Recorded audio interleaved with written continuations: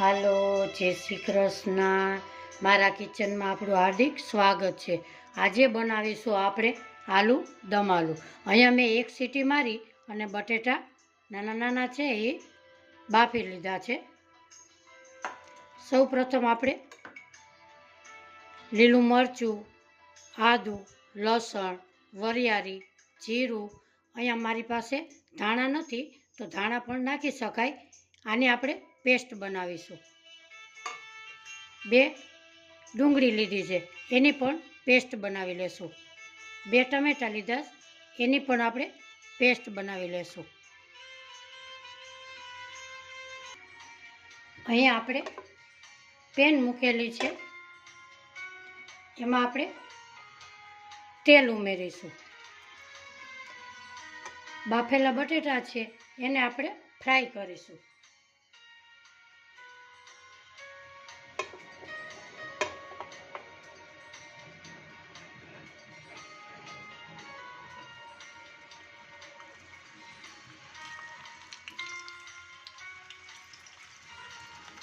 બટેટાની મેં એક જ સીટી મારેલી હતી.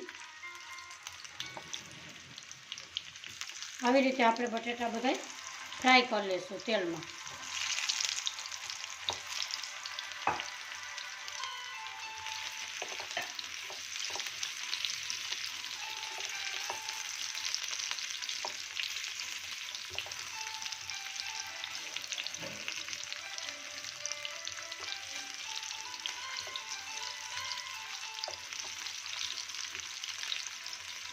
ગોલ્ડન બ્રાઉન ના થાય એવા આપણે ફ્રાય કરીશું.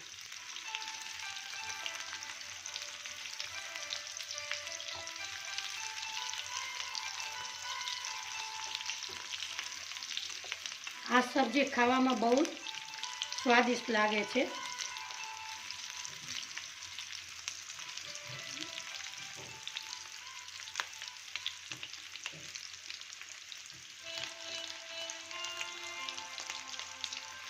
આવી રીતે ગોલ્ડન બ્રાઉન બતાવી આપણે પલટાવી અને કરી લેશું.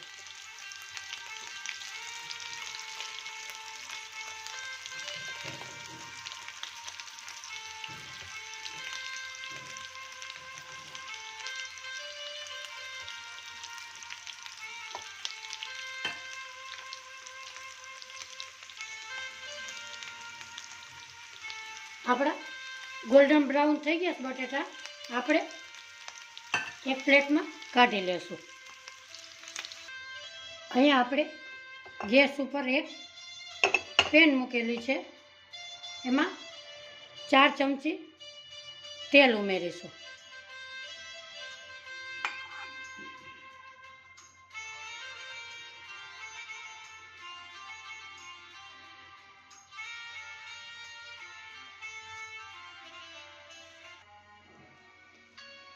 આપણું તેલ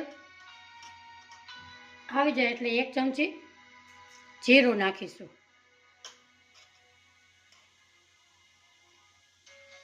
અડધી ચમચી હિંગ નાખીશું. ખડા મસાલા, લાલ મરચું, તજપત્તા, તજ, લવિંગ અને બાદિયા એ ખડા મસાલા ઉમેરીશું.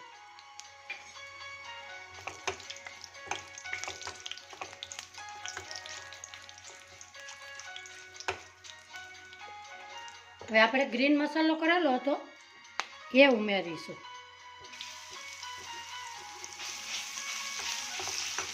ગેસની ફ્લેમ આપણે ધીમી રાખીશું. હવે નાખીશું આપણે ડુંગળી ગ્રેવી કરેલી છે એ.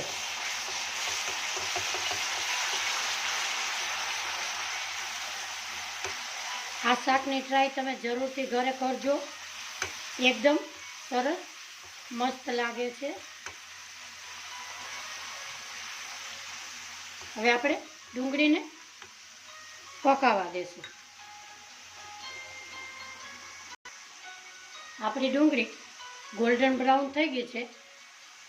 આપણે બટેટા બાફવામાં મીઠું નાખેલું હતું, નમક એટલે એના પ્રમાણે 1 ચમચી ઉમેરીશું તમે તમારા સ્વાદ પ્રમાણે ઉમેરી શકો છો.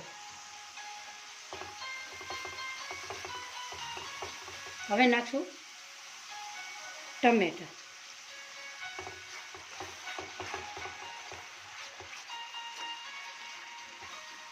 એને તેલ છૂટું પડે ત્યાં સુધી આપણે પકાવશું.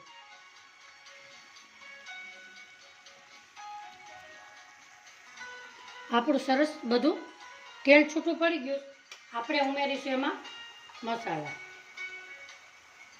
ધાણા જીરું પાવડર 2 ચમચી, લાલ મરચું પાવડર 2 ચમચી, હળદર 1 ચમચી. એને આપણે હલાવીશું.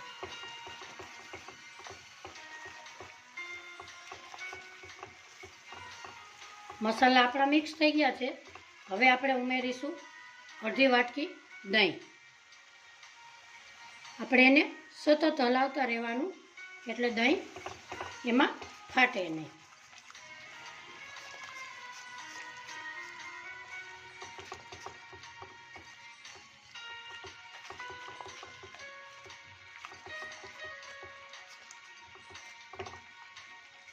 હવે આપણે તેલ છૂટું પડે ત્યાં સુધી આપણે હલાવીશું.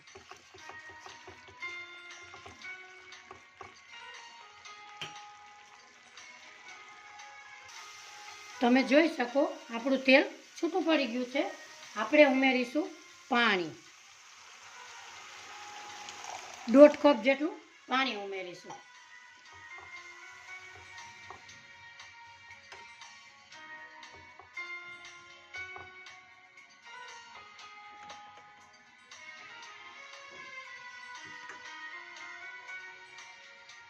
એને જરાક ગરમ થવા દેશું. આપણે એકદમ સરસ ઉકળી ગયું છે. હવે આપણે ઉમેરીશું એમાં બટેટા.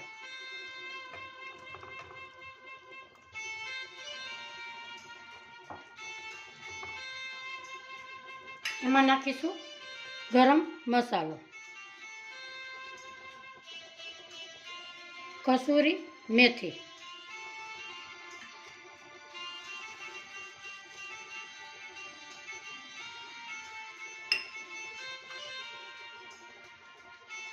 ધાણા ભાજી. એને હવે મિક્સ કરીશું.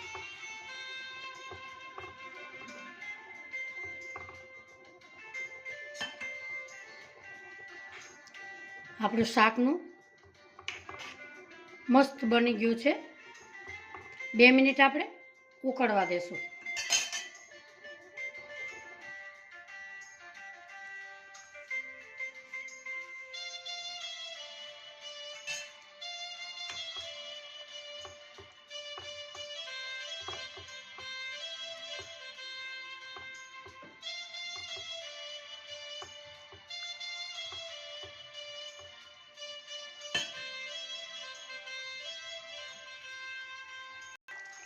આપણું શાક એકદમ મસ્ત થઈ ગયું છે. આપણે હવે સર્વ કરીશું.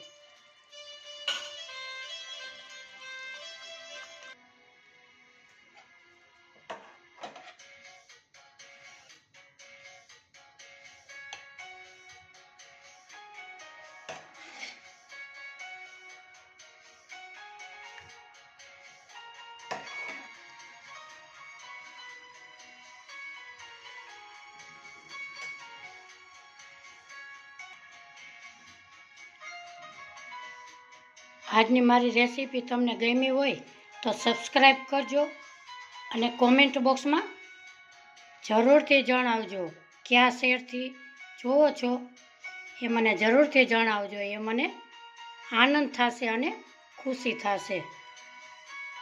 ફરી મળીશું નવી રેસીપીમાં. આવજો. જય શ્રી કૃષ્ણ.